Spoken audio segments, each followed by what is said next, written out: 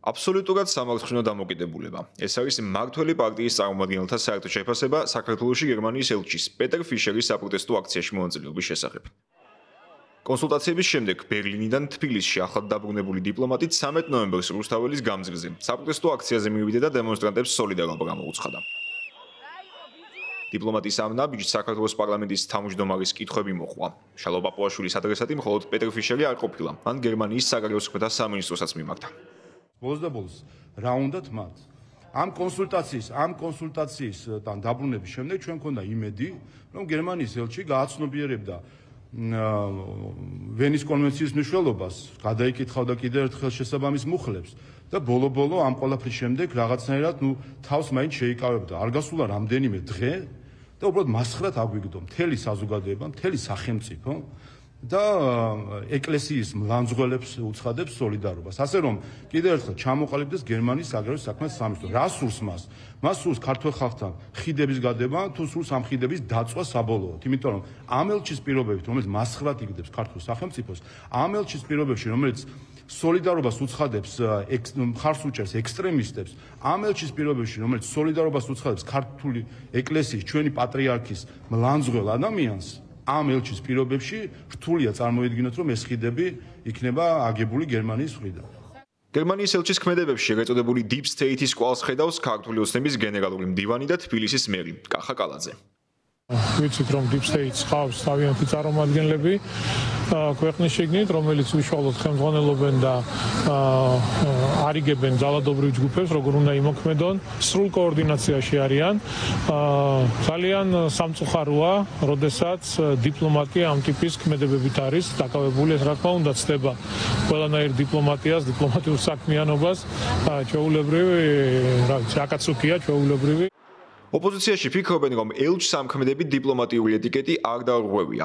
ხელისუფლების ოპონენტები ქართულ-გერმანული ურთიერთობების გაუარესებას ქართული ოცნების საგარეო პოლიტიკას უკავშირებენ და პასუხისმგებლობასაც მმართველ პარტიას აკისრებენ.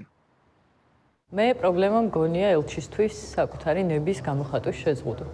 დაძაბულობას თუ ვინმე უწყობს ხელს ჩვენსა და ჩვენ საერთაშორისო პარტნიორებს შორის, ეს არის მხოლოდ და მხოლოდ ქართული ოცნების ქმედებები. დაძაბულობას აღრმავებს ბოლო 1 წლის განმავლობაში მათ მიერ განხორციელებული თავდასხმები ჩვენ საერთაშორისო პარტნიორებთან.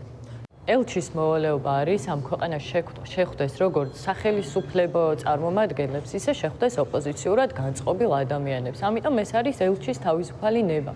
მისი გადასაწყვეტია, ხან შეხვდება ქართული ოცნების წარმომადგენლებს, ხან შეხვდება ქუჩაში მყოფ ხალხს, ხან წავა რეგიონში შეხვდება განსხვავებული აზრის მქონე ადამიანს, ეს არის მისი თავისუფალი აზრის გადაწყვეტილება. დიპლომატიური კორპუსის წარმომადგენლებს აქვთ ყველა ქვეყანაში მით უმეტეს უფლება, რომ შეუერთდნენ ნებისმიერ დემონსტრაციას, როცა ამბობთ, რომ შეუერთეთ, ეს არ ნიშნავს იმას, რომ ეს ადამიანი ამ აქციის მონაწილედ იქცევა, ეს ადამიანი უბრალოდ აქციის მონაწილეებს ნახულობს, ხვდება, ესაუბრება მათ და ეს არის აპრობირებული პრაქტიკა ცივილიზებულ სამყაროში. გასაგებია, რომ ივანიშვილისთვის და მისი ბანდისთვის ეს ცივილიზებული სამყაროს წესები არის მიუღებელი, მათთვის უფრო მისაღები არის სიტყვიერი შეურაცხყოფა ასეთი ადამიანებისა, ჩვენ ნახეთ ალბათ, ხო, ბოლო დღეების მანძილზე სიტყვიერი განცხადებებით, Facebook პოსტები, რომელიც არის არამხოლოდ ეს არის მართლა მიუღებელი და შეურაცხყოფელი, იმიტომ რომ ეს არამხოლოდ დიპლომატიურ ეტიკეტში არზეს, რომ დიპლომატიური კორპუსის წარმომადგენლებს აგინებდე ღიად, როცა ხარ საჯარო მოხელე, არამედ ქართულ ამ სტუმართმოყვარეობის ტრადიციაში და რა თქმა უნდა არ ჯდება. ამიტომაც თუ ვინმე არღვევს წესს, არღვევს პრაქტიკას, ეს არის ივანიშვილი და მისი ბანდა.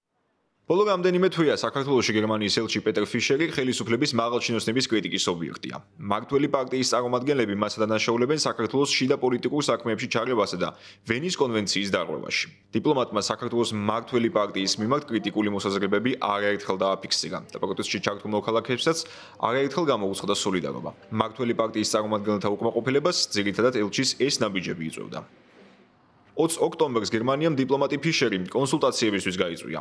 მაშინ ქართული ოცნება ბერლინის გადაწყვეტილებას სწორს უწოდებდა და იმედოვნებდა, რომ ეს ნაბიჯი იქნებოდა ქართულ-გერმანული ურთიერთობების გადატვირთვის სიგნალი.